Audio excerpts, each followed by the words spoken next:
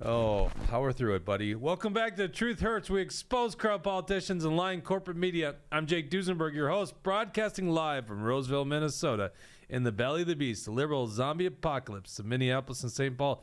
Joining me, sniffling, trying to make it through this cold, is none other than MAGA Jesse. How you doing there, buddy? I'm doing good. Yeah, a little sick, but we'll get through it here. We got some good stuff lined up for the show today. We'll be talking about what's going on in the Minnesota House of Representatives because the Republicans, and especially Lisa Kamala Demuth, has given up power, given it to tyrant Secretary of State Steve Simon. So the Republicans have just thrown everything away that they had done so far. They flushed down the toilet all of the progress, all of the work that has been done, and handed all of the power right to Secretary of State Steve Simon. We'll give you the full breakdown on that. We'll also be talking about the state Senate and the vote that took place or that didn't take place on Nicole Mitchell's expulsion.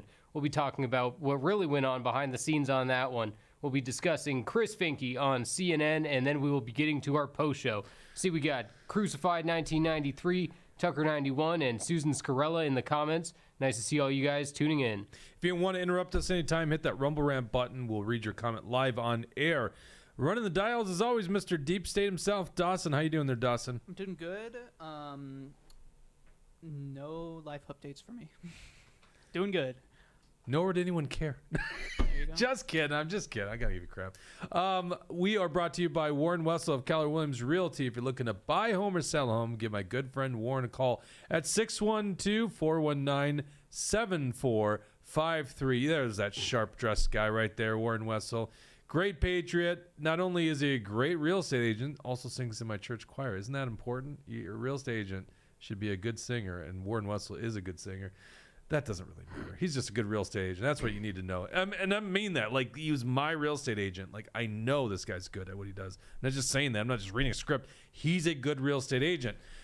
If you're buying a home, give the good guys at John Galt Mortgage a chance at financing that home. It's not just a funny company name. It's not just a meme generator. They are actually a serious company that has a chance at financing homes. If you so go to johngaltmortgage.com. That's how you find them. Go to johngaltmortgage.com. Check out their Facebook and their Twitter pages. They are top-notch in the meme game. Also brought to you by Alpine Cabinetry in St. Cloud, Minnesota. I was just there yesterday. Love that place. St. Cloud is a good area. I gotta say, great area. It's represented by some bad people. Do we have William in the comments section? Sure looks like it, unless it's an imposter. No. Beck for Liberty. No, it looks like he's here, though. William said to me, he's like, I haven't watched the show lately. It's like, what the hell are you doing, William? Like, how else do you get your news? Jeez, William, let's go.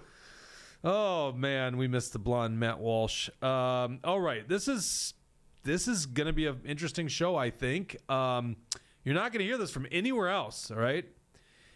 Let me just kind of preface this, Jesse. Oh, Carla Nelson. Look, it's the Patriot Carla Nelson. Mm-hmm. Not the Senator, the Patriot Carla Nelson. We got everybody here today. I love it. We really have a constitutional crisis in Minnesota, okay? So the Democrats have just refused to show up and basically allow the Minnesota House to operate. The Republicans, and we applauded them for this, the first day of the session, they ignored Steve Simon trying to just unilaterally adjourn them, which he can't do. And then they just elected the speaker, and that was Lisa Demuth. They elected the chief clerk, the chief sergeant at arms, and all the other officers. Under the belief that they had 67 votes, which they determined to be a quorum. You know, that's what the Republicans all believed a week ago. If you asked a Republican a week ago, what is a quorum? They would say 67 members. If you ask them today, they'd give you a different answer. They'd sound a lot like Steve Simon and Melissa Hortman. And the reason for that is because on Friday afternoon, the wacko Minnesota Supreme Court, which is full of Democrat appointees, Walz and Mark Dayton appointees, decided something so insanely crazy. By the way, I can take down their argument so easily, and I'll do it in two ways, okay? But let's go to the Supreme Court. This is the A1, Dawson. On Friday, go to the bottom of page 2, because I want to show you their rationale. Actually, I take that back. Go to the order. It's the last couple paragraphs. This is a 3-page document, and it is hereby ordered. They're taking 2 petitions. Basically, the Republicans in the Minnesota House were sued by Secretary of State Steve Simon. So you guys got to pay for that because the attorney was the Solicitor General, which works for Keith Ellison, Antifa Keith Ellison. So great, we had to pay both sides of that one. And then the Democrat House members, which retained counsel, their favorite private firm, and I think they paid out of campaign funds. We still had obviously the Republican House was paid by taxpayers. By the way, not faulting that. The Republican House was doing the right thing. They were just operating the Minnesota House as they should. So they brought those 2 petitions together. They merged them together because they were pretty much deciding a similar thing. Number 2, the quorum clause in Article 4, Section 13 of the Minnesota Constitution requires a majority of the total number of seats of which each house may consist of to constitute a quorum. That's not the language of the Constitution. Right. All it says in the Minnesota Constitution in Article 4, Section 13 is a majority of the House. Right. So what they're doing is the Supreme Court is going to an extreme radical measure and saying it's the number of seats. This is what was presented to the courts. The courts should not have ruled in this, okay? I'm not saying they should have ruled in favor of the Republicans. They should have just stepped out of it and let the House deal with it. But they didn't want to do that. Number 3, we assume that the parties will now conform to this order, and this is going to be important, without the necessity of issuing a formal writ. Yep. This is not a writ. This is not an actual order that they're compelled to do. Exactly. And number 4, this order is issued with an opinion to follow. So it's 3 pages. We don't even see their whole legal arguments. Yeah. They're issuing this to help out the Democrats. My God, it's just so obvious. It's a partisan hit job. Right. This is extreme overreach from the judicial branch and the executive branch onto the House, and for the Republicans to just take that lying down shows exactly that the beginning of the legislature was all a sham. It was all a joke. None of it was serious. These Republicans aren't actually there to fight. They're there to put on a show, and now they're going to be begging a minority party to show up. It's pathetic. It's the most pathetic look that they could have. They have a majority. They have a quorum, but now they're denying themselves quorum. Lisa Demuth has just delegitimized her own speaker election. She is saying that she was not legitimately elected as speaker. I mean, how much more could you undermine your own argument than taking away power from yourself and giving it to the Democrats? The Democrats aren't even showing up, and they're beating the Republicans. Okay, so, yeah, right? We have to remember, we're gonna be very hard on Republicans here for their weakness, and I think everyone understands this stuff, right? Is this a shocking Fox News alert? Minnesota Republicans are weak. Like, no one's shocked by this. We were just shocked that they showed up the first day and did a very good job. Praising Harry Niska did a very good job pushing back. Now, I hope Niska finds that same kind of spine, because we're going to show you how this session ended yesterday, and it didn't seem to exist then, okay? I'm still bullish on Niska. I want to see good action from him, okay? Because I know he's a smart guy. So this is the really important part. Oh, we got a rumble rant here. Let's see. We got a $5 rumble rant from Tucker. He says, state secession now. That's right. And I agree. We take greater Minnesota. We carve out the metro area, but we loop in Lake Elmo to the greater area so that I'm still part of the new Minnesota. Gerrymandering during we have to gerrymander me out of it. Don't you dare. You assholes. Don't you dare put me in with these crazies. Yeah. Oh, my God. I don't want to be in that one. I could move, I guess. My house property will go down in value. And then we'll turn in the Lake Elmo. We'll call it the Gulf of West Dakota, or what do we, East Dakota? Gulf of East Dakota. William's also making some demands that Hastings also be included in this we'll allow redrawing. It. We'll allow it, but William, we'll allow it. Speaking of our sponsors, William, his house, he just bought financed through John Galt Mortgage. Also, Warren Wessel was his realtor. So, by the way, this might be really good for Warren and John Galt Mortgage. If we just break off Minnesota and secedes from these crazies, there you go. Warren, you got to call Warren Wessel. He'll find you a new home in East Dakota. So what would we call it? New Minnesota? Better Minnesota? Greater Minnesota? We should just call it Greater Minnesota. Why can't we call it Greater Minnesota? And then we call it the rest Swampland. I don't know. Okay, this is let's go back to the A1, Dawson. This is the Supreme Court's logic once again, they didn't really lay much out here. This was a rush order to help out their Democrat buddies. Right. And by the way, and in that third line, in that number 3, note that it says, we assume that the parties will conform. This isn't a demand for them to conform. Right. This was an assumption that they will conform. And of course, they knew these Republicans were going to bend the knee and immediately fall in line. And it just shows that the Republicans had the opportunity to continue to fight. If the speaker had some guts, what she would have done instead was say, we are going to continue the business as we have been doing. We are going to force the Supreme Court to either issue us a formal writ, and even with a formal writ, it's still an abuse of power. It's so funny. The Republicans went in front of the Supreme Court, and they said that you don't have any jurisdiction. And then as soon as the ruling comes out, they say that they accept the jurisdiction. It shows that these people are pathetic, and they don't actually mean what they don't mean what they say. I think the argument's not necessarily jurisdiction, is that the court should not intercede in this. Mm-hmm. But I guess maybe I'm making a big deal about nothing there. Okay, right, so, but the question was jurisdiction on the question of quorum, which is a decision to be determined by the legislature. Yeah, right. Okay, so let's go to the bottom of page 2. This is the arguments made by the Supreme Court. The argument that they apparently this was made.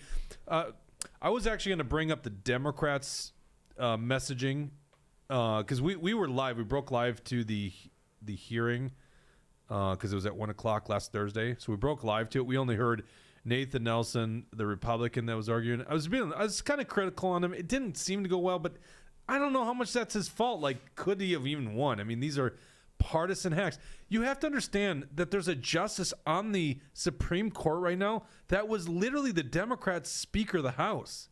Do you think you had a fair trial there? Like, no, of course not. These are all partisan Democrats. Okay, so they conclude here. We further hold that the Article 4, Section 13 of the Minnesota Constitution, which requires that, quote, a majority of each house constitutes a quorum. You see how they actually quote the Constitution there? Do you see a little play hand? In the order, they say totally different, right? So this is what the Constitution says. A majority of each house constitutes a quorum to transact business. A quorum requires a majority of the total number of seats of each house. Vacancies do not reduce the number required for a majority of each house to constitute a quorum. By statute, the total number of seats in the Minnesota House of Representatives is 134 seats. Okay, let me tear down this argument in 2 real easy ways. Dawson, pull up the A2. This is a tweet I put out on Friday. This is a dining room table, and in this dining room table we have a family. And there are, let's see, what do we have? 9 seats at this table? Sorry, 8 seats at this table. We have 8 chairs, 8 seats at this table. How many humans do you see in that photo? 7. And we're going to say that there's not someone absent, that there's just not a seat filled. How many members are in this family? It's 7. It's not 8 just because there's a chair there. Okay, how does this relate to the Minnesota House? There's 134 seats, but there's 133 members because there is a vacancy due to Democrats cheating in a legislative district. So how on earth, and this is what they're saying, literally in this order, it says the number of members who compose the Senate and House of Representatives shall be prescribed by law. They're equating, it says, and the House of Representatives is composed of 134 members. They're equating seats and members as if it's the same thing. Mm-hmm. This is legal scholars that are on the Minnesota Supreme Court. They're saying a seat is equivalent to a member. Okay, so here's how you just tear down their argument. If that is the case, please tell me, who is the member from House District 40B? Crickets, crickets, crickets. Yep. You know why you can't answer that question? Because there's not a member from House District 40B. There is a seat, but there's not a member from House District 40B. And so therefore, the members of the Minnesota House is 133. Now, do you think these guys don't understand that? And they understood the politics. That was brought up in the hearing, too. They understood the politics of their decision. And so they were going to contemplate this decision, and then they rule Friday afternoon, of course. Right. And just trying to take the wind out of the sails of the GOP, which, by the way, the Republican Party, anyone that has any common sense, including Dawson, understands the Democrats are in the wrong here. The Democrats have failed to show up to work, and they're getting paid to do it. So listen, everyone understands the Democrats are in the wrong, and the Minnesota Supreme Court goes, yeah, let's help out our buddies. Let's help them not have a legislative branch of government. With a ridiculous conclusion that a seat equals a member. But I must ask, who's the member from House District 40B? When I hear Democrats, like Democrat representatives and politicians online saying, the Supreme Court ruled there's 134 members, I go, please tell me, who's the member from 40B? There's no member from 40B. Oh my God, lunacy. Okay, well, all right, so what do the Republicans do? And there's a lot of things that you just alluded to, Jesse. One is you don't actually listen to the Supreme Court's 3-page order that's not an official writ, and you continue on with business. Because they even say in the end of this, you know, we assume that the parties will now conform to this order without a necessity of issuing a formal writ. Make them give you a formal writ. Right. You guys, listen, Republicans, you guys are clearly in the right here. The Democrats are obstructionists. They're not showing up for work. They're getting paid for not showing up to work. Oh my God. Why on earth would you just concede? You're in the right. Yeah. All right. Okay. Then you made another good point, Jesse. Even if they issue a formal writ, you ignore the court. It's a co-equal branch of government. They have no right here. Now, I think you could appeal this to the U.S. Supreme Court. Maybe that would be the move, is that you make an appealing to a higher court, I guess. I don't know. Does it go right up to the Supreme Court? I don't even know how that works, to be honest with you. But nor should I have to know how that works. You guys have the retained attorneys. You figure that out. But you don't just abide by this. Are you really going to let 6 justices? Because what's his name recused himself. Are you going to let these justices determine a quorum in the House and essentially just give the Democrats a win? Okay, well, maybe that is considered too extreme. I don't think it's too extreme. I think I'm kind of sick of activist judges, right? Freedom Junkie says appeal. I think this can be appealed, and I think if you're going to ignore the court, then you move forward with the appeal process, right? But don't let the courts hijack your branch of government. Right. There was actually a good argument that was made in court by Nelson. He says essentially the courts, you wouldn't want the Minnesota House determining how you guys pick a clerk, because there's a clerk of the Supreme Court. We should have no bearing in determining your inner workings, just as a court should not be determining the inner workings here. Now, obviously, they don't agree with that, and neither did the whole Democrats. There's a third option, and it seems like, and there's probably other options, but the third option seemed to be what the Republicans were embracing. Okay, now we can actually go create punishment, because there is still things that the House could do, even if, as Jesse alludes to, you just accept that a quorum's 68. That lunacy of an argument, if you accept it, the Minnesota House can still organize and conduct some business.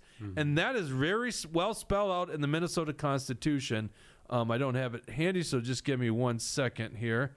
You know, it's funny, Jesse, I get rid of tabs so frequently, but I just keep coming back to Chapter 3, to 240D, and the Minnesota Constitution. But Article 4, Section 13 is quorum. It says, a majority of each house constitutes a quorum to transact business, but a smaller number may adjourn from day to day.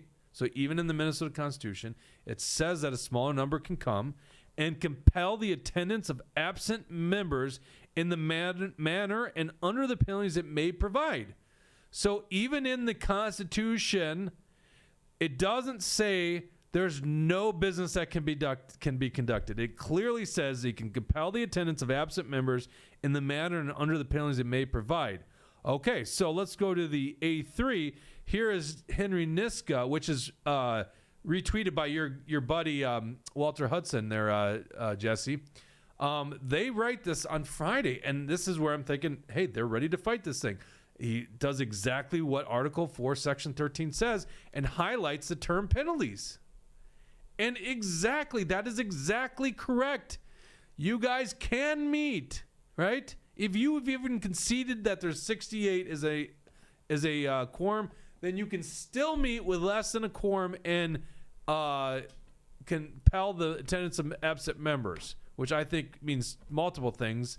And we'll get to that in just a second. So then Harry Niska, the majority leader, actually has a he has a resolution that he was going to make a motion to introduce on the House floor. This is the A4.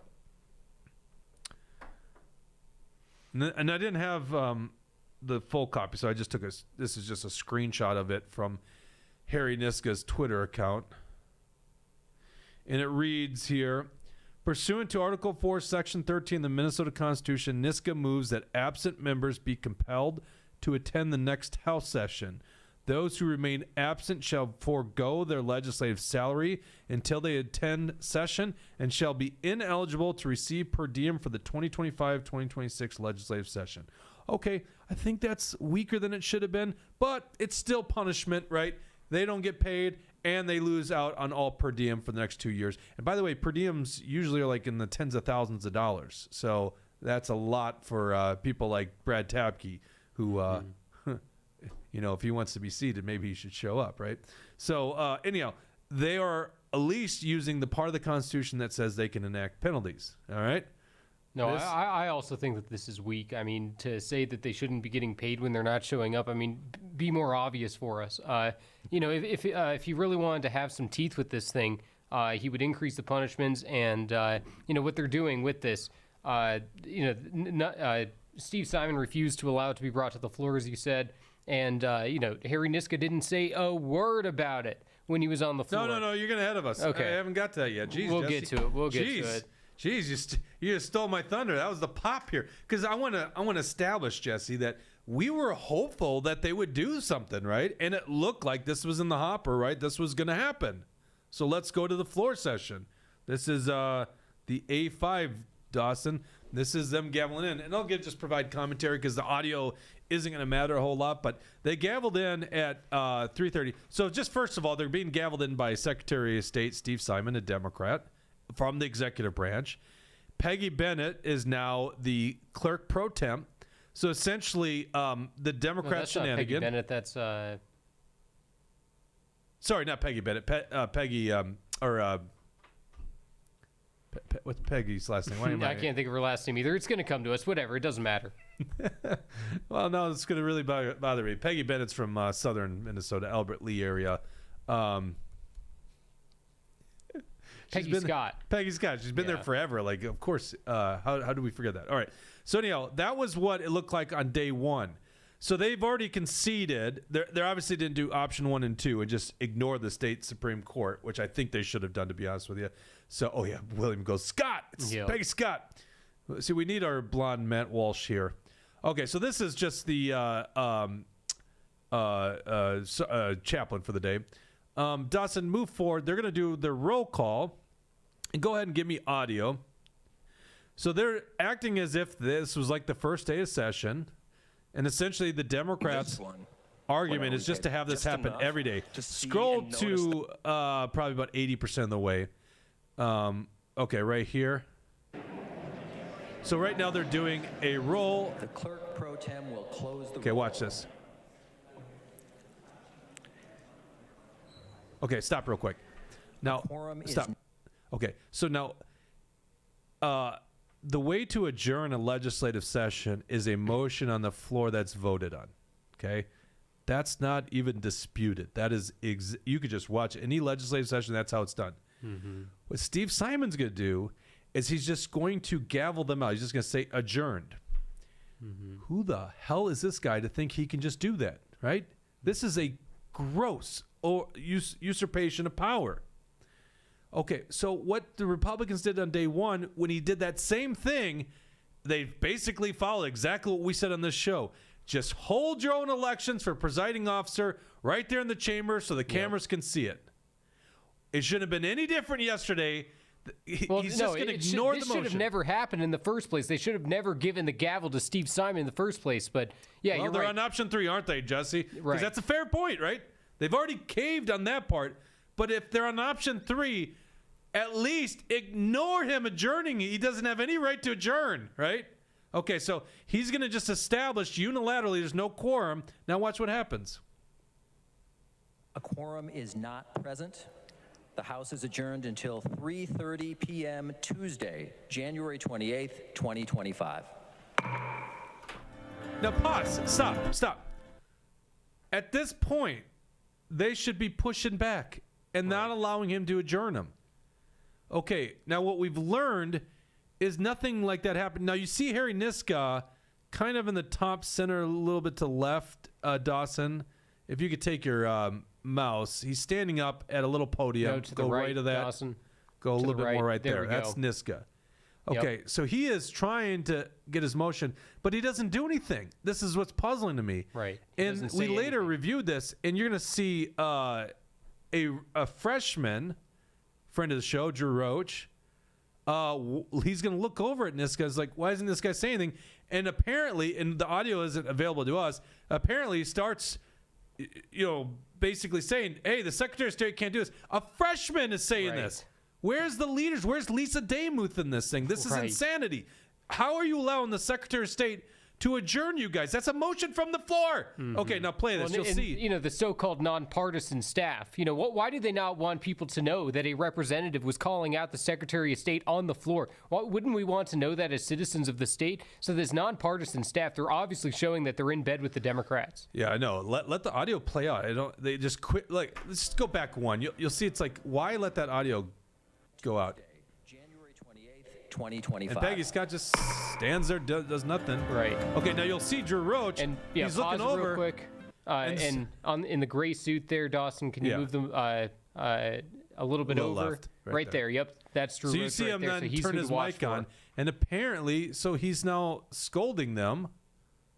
Go ahead and play it out. It's only a show like a second. You don't even get to watch much of it. Yep. So you can see he grabs the microphone Yeah. there and is talking. And we've learned he's been scolded by Republicans for doing that. Like, what are you guys doing? This guy at least stood up and said something. This is insanity. By the way, as much as I'm going to go after Republicans, I must remind everyone that the Democrats are lunatics. They literally are not showing up and organizing a branch of government. So it's like, Republicans, the wind is to your back here. Like, you're on the side of right. Okay, so let's listen to the media scrum. A6 Dawson. They do a little media scrum on the House floor to talk about what just happened on the House floor. I mean, you tell me, are these guys fighting for it? This is Lisa Damuth and Niska, and then you'll see the whole Republican caucus are behind them. Go ahead and play it. Hey, good afternoon, everyone. Thanks for being here. Appreciate that. As you can tell from the House of Representatives today, that a quorum was not found. We really expected some of our Democrat colleagues to have joined us today. Really? As was reported, You expected Democrats to by show you, up. What a Michelle, joke. That Representative Hortman had been in the building. We know that there are 66 Democrats that easily could have come to work today. Instead, they chose not to. The Secretary of State would not take any motions from any duly elected member of the House of Representatives today, which has definitely its own concerns. Leader Okay, now Niska will stop. be sharing Okay, what so a this is, potential and so I can only hear the haters already. Oh, we should be unified. This is like what Walter would say. Your good friend there, Jesse. Like, we should all be unified. Like, why would you be attacking Republicans? Because, I'm just kind of getting to the point where I'm thinking, yeah, you guys really aren't fighting. You're just trying to get talking points out to the media here. Because now all you're doing is blaming on Secretary Steve Simon, but when you had a chance to actually do something, you are legislators on the House floor, why didn't you guys pipe up? And why are you scolding the freshman representative who did? Like, that, to me, it just looks like all you guys care about is just winning the day's talking points with the media. All right, keep playing.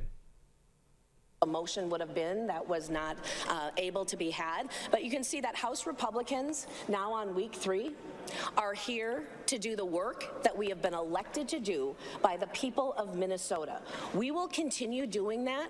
We are hearing from people all over the state that our taxpayers paying for members, Democrat members, not to show up for work. We are hearing across the state that the best thing that could happen is that Democrats would actually show up for work, get to work with their Republican colleagues, and find a pathway through. Unfortunately, there is not a single Democrat today that showed that type of strength or leadership. We are hoping that tomorrow, as you heard, we will come in tomorrow at 3:30. Again, we are hoping that at least one Democrat could be found in the state of Minnesota that's elected to serve in the House of Representatives to actually show up. But I'm going to turn it over to Leader Niska so he could tell you what motion we were denied even being allowed to bring up, which is an overreach of the executive branch here in the state of Minnesota. Okay, now let's just stop. First of all, denied. No, you're not denied. You guys didn't do anything. Right. If he's not going to recognize a motion from the floor, then you just do it. You, once again, like you did day one. You guys understand this. You did it day one. The Supreme Court didn't rule that the Secretary of State can just shut down and adjourn you guys. Like, that's like I'm taking crazy pills here. No, but here's the other thing. Okay. I kind of feel like this is becoming a con.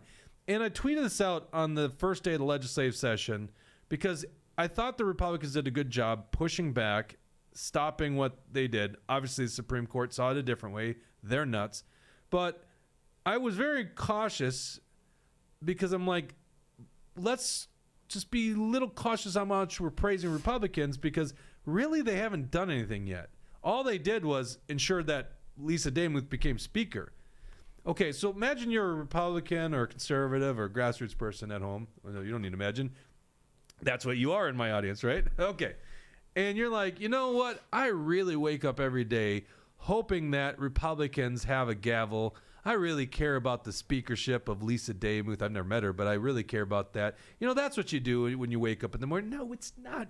You wake up in the morning and you go, my God, government is just crazy. They're out of control. They're passing things like transgender surgeries for minors. It's influencing my neighborhood. I'm taxed too much. I didn't get my surplus back. Prices are going up. That's what you care about. So here's the con. Republicans' talking point to the media is Democrats just need to show up. Right. Why? Why do we care about that? I don't care about the Democrats showing up. Let them stay at home. Right. It makes things easier to pass. Right. Exactly. You know, that's what's so pathetic about this. You're begging the minority party to show up when you have the majority, when you have the votes. They cost themselves the majority. They are going to, this is going to be the reason in my mind that Brad Tabke is going to get seated. They just lost all momentum they had. They lost all credibility they had because they have shot themselves in the foot because, you know, essentially what they're saying is they were lying before, that they didn't actually think that they had the authority to do it, but they did it anyway. And we're the ones who were consistent and said, you have this authority, you need to continue to pursue it. And even with the Supreme Court, it's just crazy to see all these people fall in line, all these rhinos. They submitted themselves to a Supreme Court that they said had no jurisdiction. And, you know, it's just, I don't know how to, with the motion that Harry Niska was pushing too. The fact that he didn't say anything on the floor, they just sat there as it, wasn't recognized or anything like that. It shows that these people were unserious in the first place. Well, that's the way we have to believe that. I mean, I guess we'll see different at 3:30 today if they do something. You know, and I don't just mean to put us on Harry Niska. You know, where's anyone else? All I know is the one guy that spoke up, which probably shouldn't have been him because he's one of the newest members, is Drew Roach. It should and be he's all of them. scolded for it. It should be all of them. It should be all of them. They should not deal with a Secretary of State that's clearly acting in an unconstitutional way. Mm-hmm. And so, like, why? Tell me. Make the argument that I need to be on board with your agenda of getting Democrats to show up to the Capitol. Right. I don't give a shit about that. And by the way, they're not going to do it anyhow. And what the rhinos are going... Here's the rhino argument now. What they're going to say is they're going to say, you know, we had to do it this way. We had to let Steve Simon take the gavel, and we had to work it out this way. And we had to push forward that motion. And now what we're going to do is we're going to take it to the liberal Supreme Court. And we think that the Supreme Court is going to do them any favors. It's such a joke. They think that by bending their knee to the Democrats 100% is somehow going to get them a win. No. Here's what's going to happen. The Democrats are going to continue to no-show. They're not going to stop no-showing until either an agreement is stuck to allow Brad Tabke to be sat, Or number 2, that they get all of their seats and it's a tie 67-67. If they were to hold the vote where it's 67-67 and Steve Simon is still in that chairman's seat and he gets to decide, on whether or not to take points of order and whatnot in good standing. So when that time comes for a vote to take place on removing Brad Tapke and revoking his election certificate, it's going to be 67-67. And, they're going to make sure that you don't even get a vote on the actual revoking of it. It's going to come down to an appeal of the ruling of the chair. And what will the vote be? 67-67. And because the Republicans shot themselves in the foot, they are going to allow Brad Tapke to get sat. Yeah, this was the other thing that really bugged me is the Republican House members were arguing that they needed 68 votes anyhow to pass legislation, which, once again, that's a perverted view of what the Constitution says. Right, so does that mean that their argument is also that they need 68 votes to remove Brad Tapke? Right. Tell me which Democrat is going to do that, because they are all in unison, and they're not showing up together. So if it, and that's also a false assertion when the Republicans say that it takes 68 votes to pass a bill. I gave an example in one article that I had written that shows here's one example of a vote that took place where it was only 67 votes that were needed to be able to get across the finish line. So that's not true at all. So the Republicans are caving to things that aren't true in precedent. And, what are you going to get passed that's actually good, that actually gets one Democrat to sign on to it and support it? There isn't going to be anything. Everything that is going to be passed will be liberal, big government bullcrap. Yeah. Yeah, I mean, so I just got to ask the question, you want us all to get on board with this, but what does it do for us in the end of the day? Like the Democrats are nuts. We can all agree on that. Like, literally, they're in the wrong. But for us to do you want us just shouting at Democrats? Like, I don't care if these guys show up for work. Do something. This is the thing that bugs me about the Republican establishment. Maybe some of them understand it, but a lot of them don't. Okay. If you would just stand up and lead and fight, people will follow you. But you're not. You keep caving, and we're going to show you how the Minnesota Senate did this yesterday. Jesse, you got A7, A8 articles. Did you want to go through I just articles? want to go over the first one here, just to show one quick section. So I think that's the A7, Dawson. So we can go ahead and check that out. Yep, there we go. So this is an article that I have written on actionforliberty.com. And, we've gone over a decent amount of the information that is written in this, but it's a good way for, you to pass the information along to others, make sure that other people are in the know with the fact that Lisa Demuth handed over the power and the gavel to Steve Simon. This is entirely the fault of the Republicans. Of course, while the Democrats are to blame for no showing and starting off this constitutional crisis, we cannot allow the Republicans to cave to it either. So go ahead and scroll down just a little bit. There is a little bit more there, Dawson. I'm looking for the paragraph. All right, right there. I want you to click on the part that says Rhino Peggy Bennett, because Peggy Bennett is a representative in the Minnesota House who put out this tweet, which was actually retweeted or reposted on X by the so-called the HRCC War Room. Okay, so the War Room is putting this out there. There's a specific line in there. She says, the only difference now is that we will have to, quote, sit around and twiddle our thumbs while we wait for our colleagues on the other side of the aisle to decide to show up for work. Okay, so, but I just want to focus on that. Sit around and twiddle our thumbs, okay? So I've given a new nickname to all these rhinos who are sitting around and doing nothing. They're called the Twiddle Our Thumbs Caucus because people like Peggy Bennett and Walter Hudson have been giving cover for all these rhinos to make sure that, they all said before, when they opened up the session that 67 people was a quorum. Now they all don't believe that anymore. And, the fact that she even admitted that they're just going to sit around and twiddle their thumbs tells you everything you need to know about her. The fact that she would put that out there and that the War Room would tweet that out there, and there's all these Republicans sharing it. Like, that's a good idea. Like, that's the sentiment to be having, to be begging the minority party to show up instead of standing on the ground that you had from the beginning, instead of staying on principle. And I got to go back, Jesse. So are you trying to argue to us to be on board with your call for the Democrats to show up? Like, why are we interested in the Democrats? Like, That's Right. your big call. Yeah, Hey, exactly. yeah, let's get the Democrats to show up right. for work. Yeah. Why is that the call? Right, That's wha- so dumb. Yeah, right. Because that's the one thing conservatives want. We want Yes, Democrats we to be want working more at the Democrats Capitol. showing up to yeah, work. right. Okay. Because And really, then- when you think about it, if you guys aren't going to do something with this, I would rather you guys just don't come to the Capitol too. Let's not have a legislature. You guys can't pass bad bills in that time. Mm-hmm. Like, honestly, you just keep showing for work. I don't even give a shit. Yep. Who cares? And Dawson, You're not earning your pay. Yep, if you're Dawson, not going to do something with this, you're not earning your pay. go back to the article. I want to show the Walter tweet as well, just so people know that is out there as well, because he was one of the people. Go back to the same article or the same paragraph there. Walter Hudson accepted the new quorum. Go ahead and click that. As you can see, scroll down just a little bit. He's responding to Jamie Long there. It says a quorum is now 68. Go ahead and scroll up. He says, so it would seem. So he just accepts it. That was right after the Supreme Court ruling. He's the kind of guy that feels the need to reply to everything and respond right away and have his own opinion and yada, yada, yada, and just get right into it instead of realizing, hey, how about you stand by the same principles you always had, Walter? How about you say the same thing that you said last week? How about you don't try to change your point of view and perspective to acquiesce to a Supreme Court that had no authority to be making this decision over you. So this is just proof of, he's giving a lot of cover for other people. And once he put that out there, and then once Lisa Damuth took away her own title and, delegitimized, saying that she wasn't truly elected as Speaker, the Republicans shot themselves in the foot. They're going to lose their majority, and they are going to allow Brad Tabke to get seated. So Lisa Kamala Damuth is what she needs to be known by now, because she has completely failed, just like Kamala failed. I mean, Kamala ran the worst presidential campaign in the history of our country. Lisa Damuth is probably running the worst majority we have ever seen in the history of Minnesota. She has completely failed. She's obviously not a strategic thinker, because anyone with an ounce of strategy would know not to hand the power, not to hand the gavel right back to the people that screwed you over, right back to the people who are trying to insert themselves. Yeah. So Lisa Kamala Damuth needs to be, I think that House Republicans should probably look for a new leader. You don't need to have someone who is willing to give over power to the Democrats. It's time for Lisa Kamala Damuth to be fired as leader.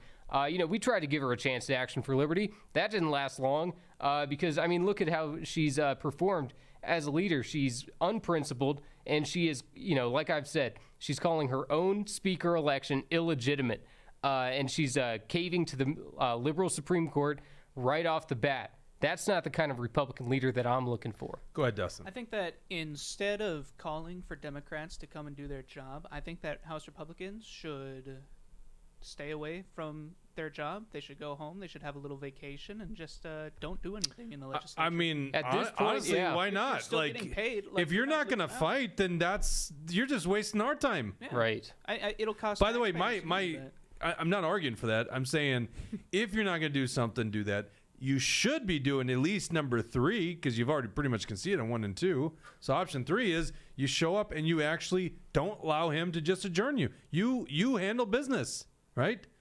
Mm-hmm. I know that'll probably go back to Supreme Court, but at some point you got to stand up for this shit, and you just got to ignore this. And then once again, you got to ignore the Supreme Court. Mm-hmm. It's insane. The Supreme Court can't just allow this insanity to happen. This is mutiny, really, when you think about it. One other point, and let's just come up with another example. Let's say that the Minnesota Supreme Court said something crazy like Mexicans weren't allowed in the state house.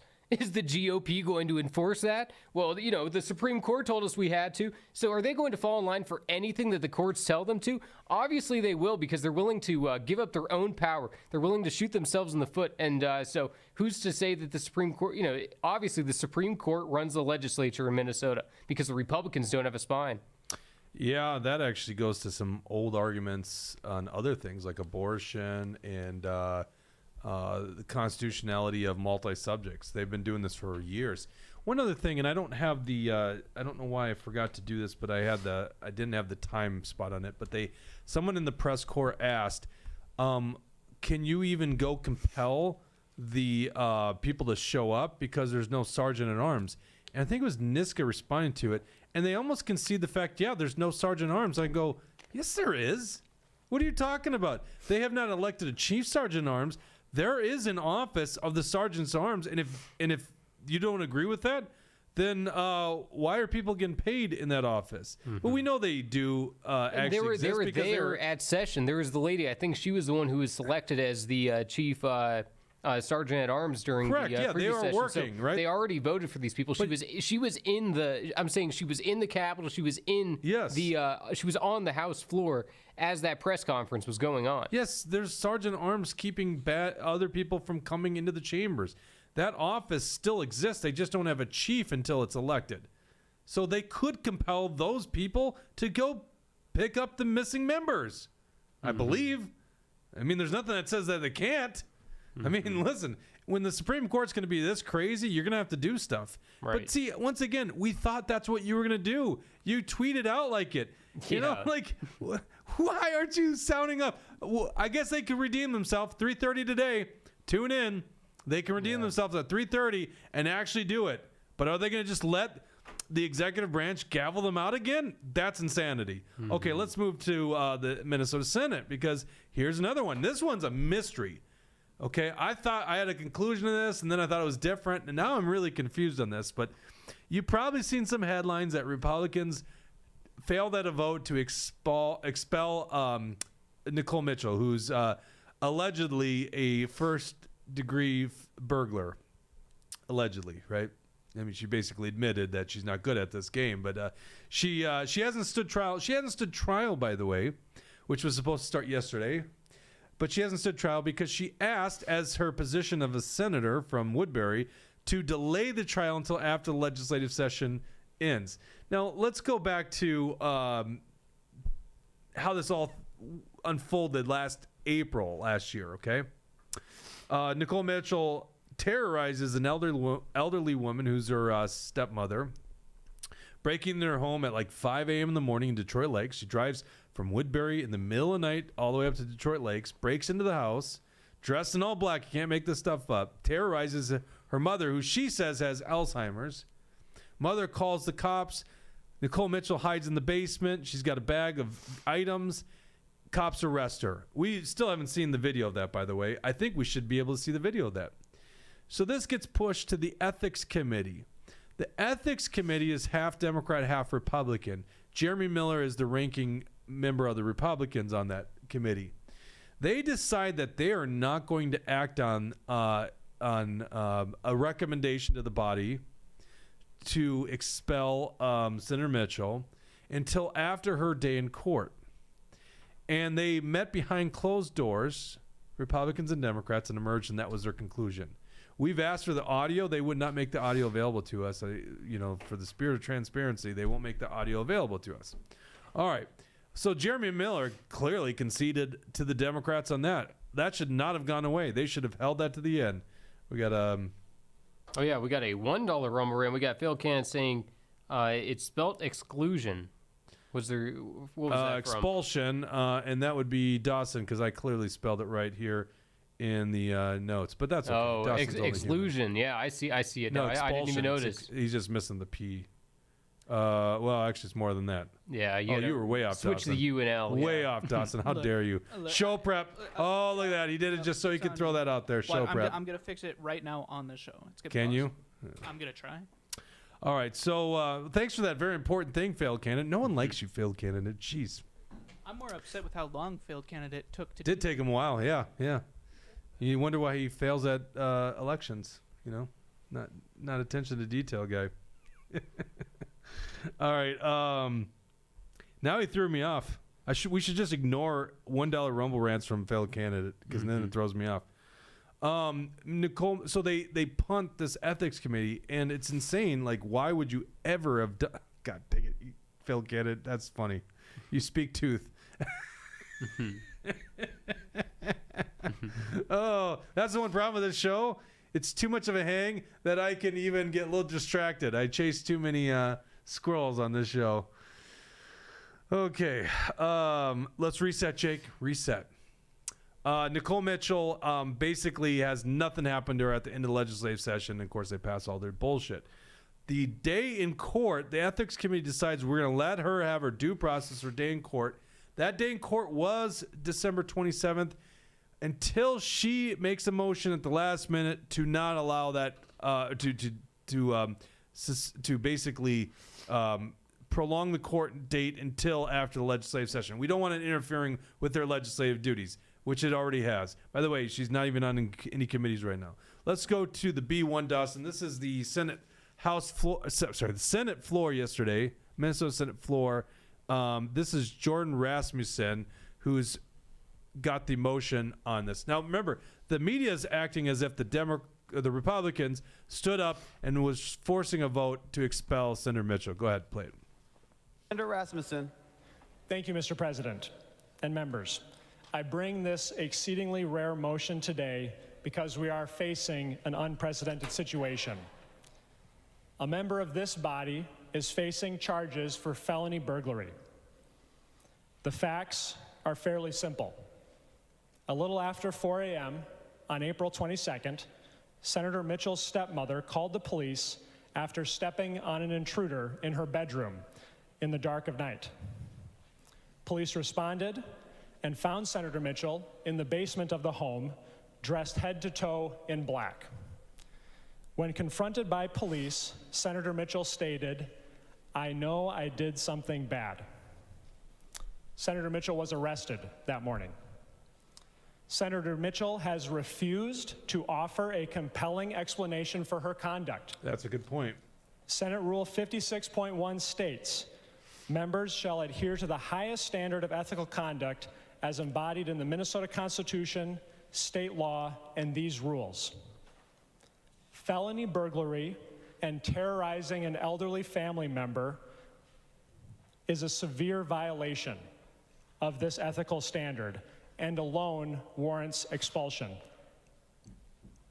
Beyond her conduct on April 22nd, Senator Mitchell yet again violated the ethical standards of this body by using her privileges as a senator to delay justice. Okay, so let's go ahead and pause it there. So essentially what his motion is to expel Senator Nicole Mitchell. Now, this is what happens. Let's cue up the B2, Dustin.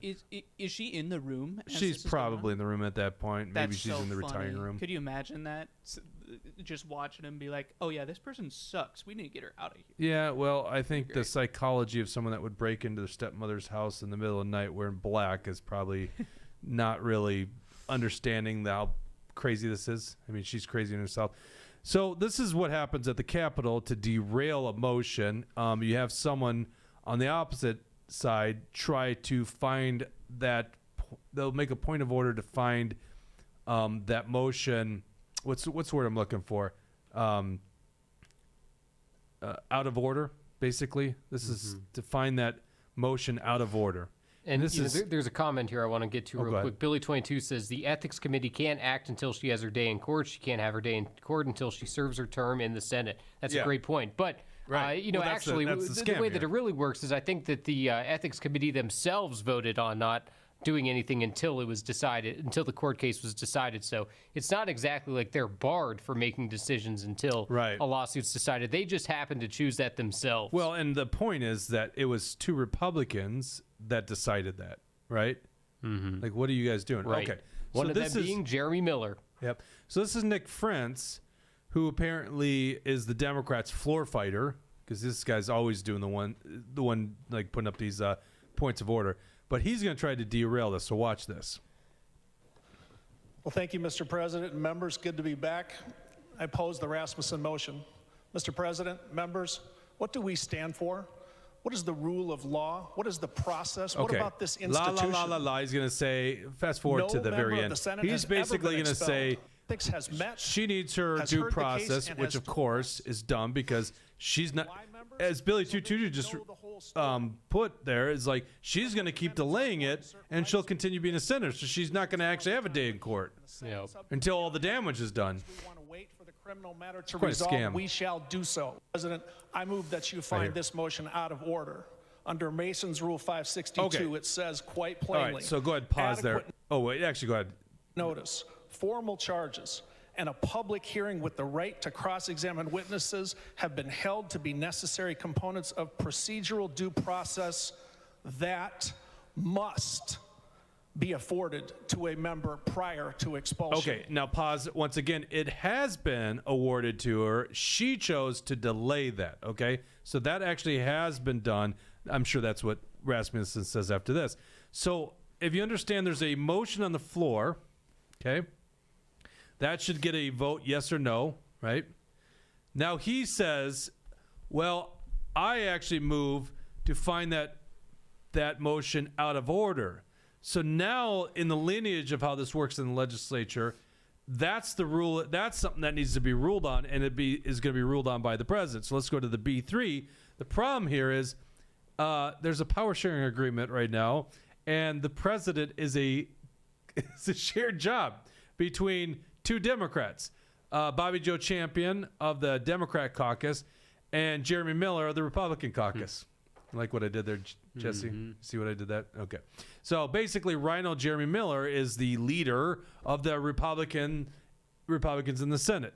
So this has probably not been, I don't know if we've ever seen this before, to be honest with you. If we have, it's been a while. So go to the B3, Dawson, and this is what it looked like when it was posed to the president. So he's got a rule. Senator Rasmussen, I'm going to take it under advisement. Please give us a minute. Jeremy, will you join us? Senator Miller, will you join us? So he's now bringing up the co-president of the Senate to rule on this. This is something you're not going to hear from anywhere else, okay? You heard from most of the media that they voted on Nicole Mitchell. It never came up for vote, and this is the lunacy. It probably should have. You're going to see them go confer with the Secretary of the Senate, who's the gentleman on the bottom right, Tom. They're not going to come to an agreement, so let's go to the 3012 B4. So what happens is they're going to retire into secrecy with the majority leaders, the minority leaders, the co-leaders, whatever the hell the Aaron Murphy and Mark Johnson are. So you're going to see Bobby Joe Champ. Did we move to the 3012 mark, Dawson? Oh, that's way forward. Sorry. Yeah, let's move to the 3012 mark. You're going to see Bobby Joe Champion, who's just presiding to that day in front of the Senate chambers. Okay, he's going to announce they got to deliberate behind closed doors. Members, thank you for your patience. We still have... Sorry. That was it. Members, thank you for your patience. We still have to go to the next step in our agreement in order to try to find common ground or a decision. So with that being stated, we ask you all to remain in the chambers, and I'm now requesting Senator Johnson and Senator Murphy to join Senator Miller and myself and Secretary Bodden in the President's office. Okay, so then they go there. They're on recess, and I think it probably took a half hour or so. The video clip actually gets, I was watching it live, so let's go to 3340. They clip that out.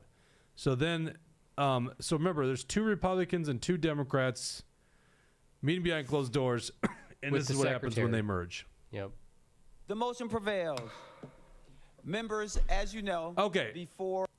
So the motion prevails, meaning somehow they go behind closed doors, and the motion by the Democrat to not even have a vote rules. So then Republicans on the Senate floor, they appeal the ruling of the chair.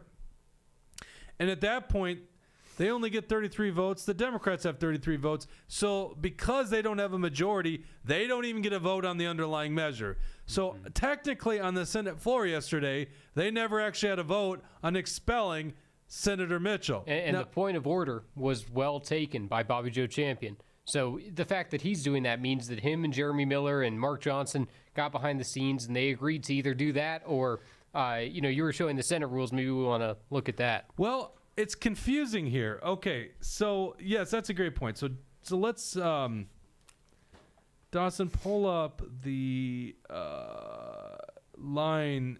Sorry, B9. Behind those closed doors, they're just playing rock paper scissors over and over and over. I have no idea what they're doing. I think they're all buddy. Remember, politics is one big club, and you aren't invited. Senate Republicans negotiate historic power sharing agreement. This is what they were boldly proclaiming. Yeah. Click on that link here where it says the resolution that was passed. I think it passed even without any protest. Go to line 625, Dawson. We got a rumble rant. We'll read that. Yeah, we got a $5 rumble rant from Fail Can. Says, will this come back when the Republicans have the gavel? And that's a very good question, and I certainly hope so. If Jeremy Miller has the gavel, this motion needs to be attempted again. Okay, well, I don't think so. We'll talk about whether that would make a difference here. This is what the Senate power sharing agreement says. The co-presiding officers have the powers of the office of the president. The co-presiding officers would consult with one another and Secretary Bodden on all points of order with the goal of reaching consensus. In the event the co-presiding officers remain split following consultation with the Secretary, the Senate must immediately recess. So it seems like that's what they did. During this recess, the co-presiding officers and the Secretary must meet with the caucus leaders. So that's why they brought in Mark Johnson and Aaron Murphy. If after this meeting no consensus can be reached, the opinion of the Secretary must be ruling of the President. So in other words, somebody who's not an elected member of the Senate is the tie-breaking vote. That's what Republicans, boldly, boasted that they had this historic. What was it? Go back to the page before us. I think they said historic power sharing agreement. Yeah. Okay, so yeah, we negotiated a historic power sharing agreement. I think you should read the power of the or the art of the deal. Mm-hmm. Okay, so that's apparently why they came back out, finding it. So, and I think this Tom Bodden is probably just a Democrat, right? Right. So, but he's unanimously put in there by the Senate. It's ridiculous. I don't know why these senators just, push these paper pushers all the way through, and it's obvious that him and Patrick D. Murphy are not the people who should be running, as the clerks. You need someone who is actually going to truly make sure that things are being run constitutionally and truly make sure that the Masons' rules of order are followed, because otherwise you get corruption. And, we've seen these guys allow corruption now. Okay, so let's go to the press scrum after the session. So is this so one would believe that's why they came back and ruled in favor of the Democrats. The Secretary was the tie-breaking vote. That's what you would believe. Doesn't seem like that's the case when we go to what they actually said on the House floor. Let's go to Dawson, the Senate floor. Let's go to the B6. Start at the beginning. Jordan Rasmussen talking about his resolution. His motion. You say it again. You did it so eloquently. Today, Senator Mitchell's trial was supposed to start up in Becker County, and she used her privileges as a Minnesota senator to delay that criminal proceeding. And so we thought it was important for us to bring this motion to expel today, and she just continues to play the process off of itself. Last session, she said that, I needed to wait until my trial before the ethics complaint could be taken up, and now she is using her service in the Senate to delay criminal proceedings. And unfortunately, we saw Senate Democrats again in lockstep vote to keep Senator Mitchell here serving in the Senate, even though she's facing very serious felony charges. Wouldn't you actually get to a vote if you did this when you held the gavel instead of when they hold the gavel? For any point of order, both co-presiding presidents have to consult and talk, so it doesn't necessarily change the outcome. Okay, so stop right there. So right there would have been the opportunity to say why the vote went the way it did.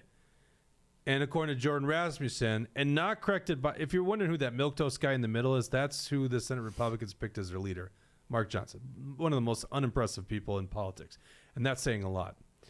Well, I guess he's probably more impressive than Mitch McConnell, who presided over the Minnesota Senate Republicans forever, U.S. Senate. All right, so he doesn't correct it, and that's what Jordan Rasmussen, who's one of the leaders there, says, is that it's up to the presidents. So in other words, did Jeremy Miller concede this point? So in other words, I'm left here believing, are you guys just pretending? Like, did you really want to vote? Like, why loop us in? Why assume that you guys are fighting if you're just going to go behind the closed doors and concede? Okay, let's go to 254. The press kind of follows up and asks Mark Johnson, is this stuff going to come up? Are we done, or will this come back up for a vote? and But- like they did last session. Well, you But make he's further. asking whether you're going to continue, whether this is going to continue to be an issue, whether you guys are going to try other things, or, I mean, we saw what happened in the last month of last year. Yeah, and really what you saw today is the opportunity for Democrats to step up and move forward with the institution. The cloud is going to continue to hang over the Minnesota State Senate throughout, as long as Senator Mitchell is here. That could be throughout the session. And so with that question, you saw today she's voting again on her ability to stay here in the Minnesota State Senate. And so this is something that's going to continue over and over again until this is addressed. And she really kicked out, today should have been her court date. She kicked that out till this summer, which, unfortunately is going to continue that cloud. Well, The ethics committee is pretty much on pause until the summer too, because the ethics committee kept on delaying until the hearing. But if they had not been able to take this into a procedural vote, the caucus tend to vote with their leadership. Do you think there would be a vote if you had a clean vote on your I don't know. You'd have to ask the DFL senators that. Do you think? But I think an important point to make is a number of Democrat senators have called on Senator Mitchell to resign. Governor Walz has called on Senator Mitchell to resign. Ken Martin, the chair of the state DFL party, has called on her to resign. But when it actually mattered here on the floor today, we saw Senate Democrats vote lockstep in their party. But they didn't to keep Senator because Mitchell, somehow you guys from made a facing deal behind the accountability for scenes. her actions. And so we saw that flurry of press releases after the end of session. But now when it mattered, we saw something different. So to be clear, are you going to make further attempts to unseat her? I love how they ask it as 3 the session times. Goes on? Well, again, Sounded this like is he going to be a cloud that's hanging over the Senate, and we'll have to address that where necessary. you said she tarnishes the Senate. Wait Does for this, having Jesse. a felon in the White House tarnish that position? Did you hear that? We're not going Rewind to go it. down that No, path rewind because it. we're Rewind dealing it. with the Minnesota I State didn't Senate want to right tell you now about this and what we one. can control. Rewind it like And so 10 we are seconds there, looking at Dawson. that in all the avenues that we can to make sure that Dawson, what's going on? What's that? I want you to rewind it 10 seconds. I want her question. I'm sorry, I was talking over. I saved this for Jesse because he didn't know this was part of the media scrum. The Senate, does having a felon in the White House tarnish that position? We're not going to go down that path. We're dealing with the Minnesota State Senate right now and what we can control. And so we are looking at that in all the avenues that we can to make sure that justice is served. How pathetic is that answer? Why does he not understand, like, oh, the highly political, fraudulent felony charges against Donald Trump? Are You're different than equating that to burglary someone who charges, broke right. into an elderly woman's basement in the middle of the night? Right. It's But he can't answer, like, oh, we're not gonna talk about that. Like, oh my God. Yeah. The best and the brightest up there. Okay, so when you watch that, you don't really conclude anything. In fact, Jordan Rasmussen still makes it sound like the deal behind the scenes was the two presidents. Well, the Democrats did a media scrum. Actually, it's pretty much the same thing. Availability after it. This is the B8 dozen. And so at least the Democrats will clear things up, right? Aaron Murphy, speaking of unimpressive, at least Aaron Murphy will clear it up for us and tell us exactly how the deal was made. Here's Aaron Murphy. Senator Champion would have wanted to uphold the Friends motion, and Miller and Johnson would want to have not upheld the motion. How'd you break that tie? We, the contents of that discussion, I think, will remain in that room, but it is clear that we have both the Constitution rules, Mason's rules, and custom and usage. And custom and usage tell us that someone who has been accused and is in the middle of a criminal matter has never been expelled from this body without a subcommittee on the Committee on Ethics ruling first. They have not finished that work. And if you look at Mason's, Okay, so there you which go. is the Now, operative piece Aaron that- Murphy doesn't want to answer the question. She says we're just going to keep it confidential. You, the public, don't have a right to understand what was said behind the scenes. Shouldn't that literally the deliberations of the president are usually right on the chamber floor, but they can go behind closed doors and figure this stuff out. So I'm left to believe, Jesse, that the Republicans completely caved behind closed doors to the Democrats and gave them that. Either that or somehow they're just afraid to admit that there's a person with the tie-breaking vote who is not literally an elected member of the Minnesota Senate. Mm-hmm. Actually, hold on one second. Is the quorum even larger because now they got another member of the Senate? Is that how it works? Yeah, quorum in the Senate's got to be higher because clearly there's 68 members of the Senate. There's a secretary too. Yeah, and Hate MN brought that up in the comments as well. That there is a special election going on today for that SD60 Senate seat. So that's a Democrat district. Abigail Walters is the Republican nominee. Wish her luck, but it's going to take more than a miracle for her to win that one. Yep. Okay, let's go to the C1. This is Lee Finke on CNN. Have you watched this yet, Jesse? No. This is your state legislator. He did a good job. He got a headline. This is. I'm so glad that you get to watch this for the first time live on air. Lee Finke talking about how terrible Donald Trump is with the transgender community. It's hurt him personally, by the way.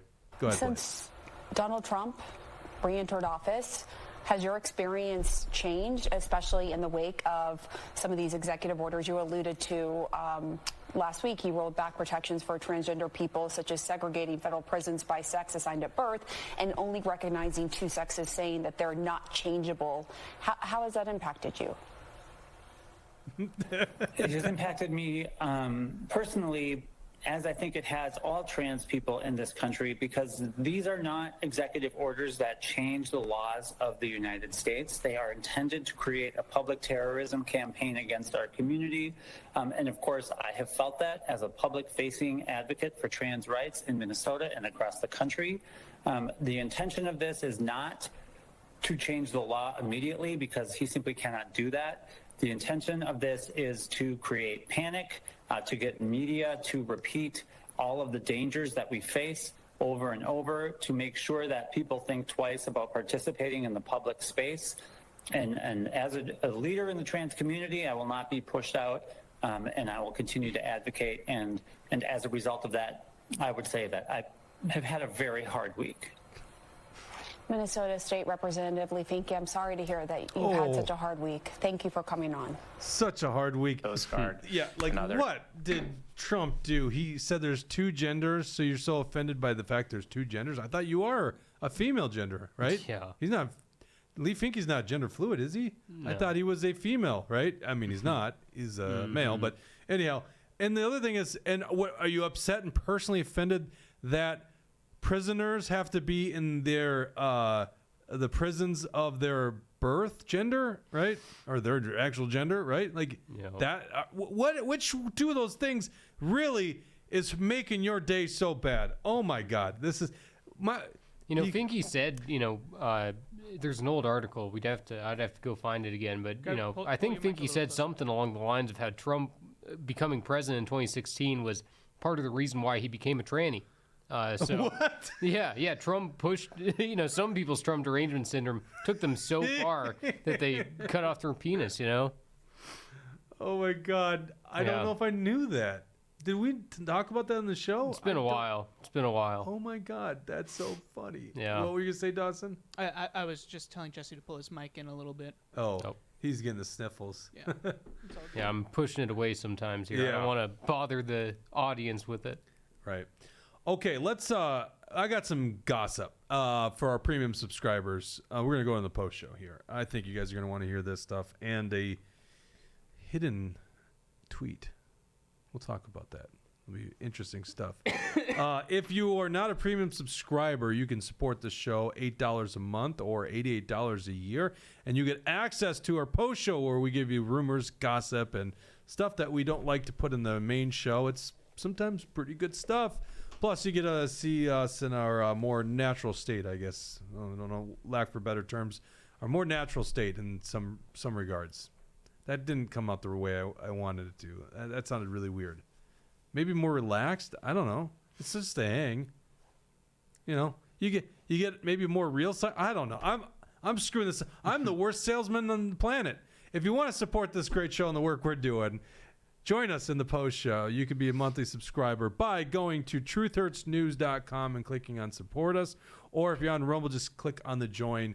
$8 a month or $88 a year. We're going to do the post show in just 1 minute. We couldn't do this with our great sponsors, Warren Wessel of Keller Williams Realty. If you're looking to buy a home or sell a home, give Warren a call. Also brought to you by John Galt Mortgage Company. If you're looking for a home or if you want to finance a home, give John Galt Mortgage a chance of financing a home. Go to johngaltmortgage.com. Also brought to you by Alpine Cabinetry in St. Cloud, Minnesota. Thank you to Rumble Rants, Tucker, and I think we had 2 from Failed Candidate. We'll be live on the post show in 1 minute. For everyone else, we'll be back on Thursday at 1 o'clock. Take care.